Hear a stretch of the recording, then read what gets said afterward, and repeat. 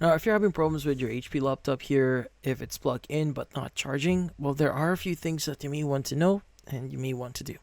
So, you want to check the charger and power cable first. Now, you want to start simple here. Make sure the charger is actually firmly plugged into both the wall and your laptop.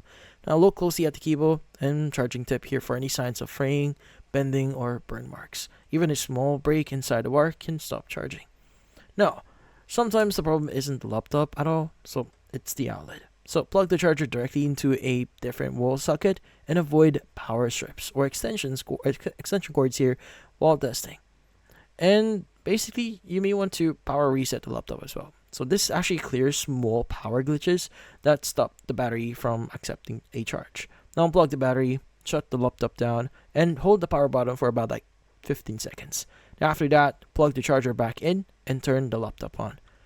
Now also you may want to check the battery and charging status on Windows. So click the battery icon in the taskbar and see what it actually says. Now if it shows plugged in, not charging, Windows detects the charger, but the battery isn't accepting power. Now if it shows no battery detected, the battery or connector may be loose or failing here. Next is you may want to update or reinstall the battery driver itself.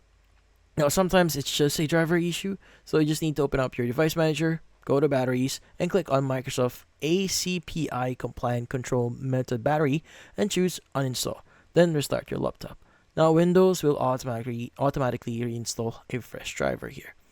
Now, next is you may want to check your HP BIOS and run a battery diagnostic. Now restart the laptop and tap F2 or escape to open HP diagnostic and run the battery test. It will tell you if the battery is healthy or already failing here. Now if it says replace battery, that explains why it won't charge anymore. Now if it still won't charge, the battery or charger likely needs replacement here.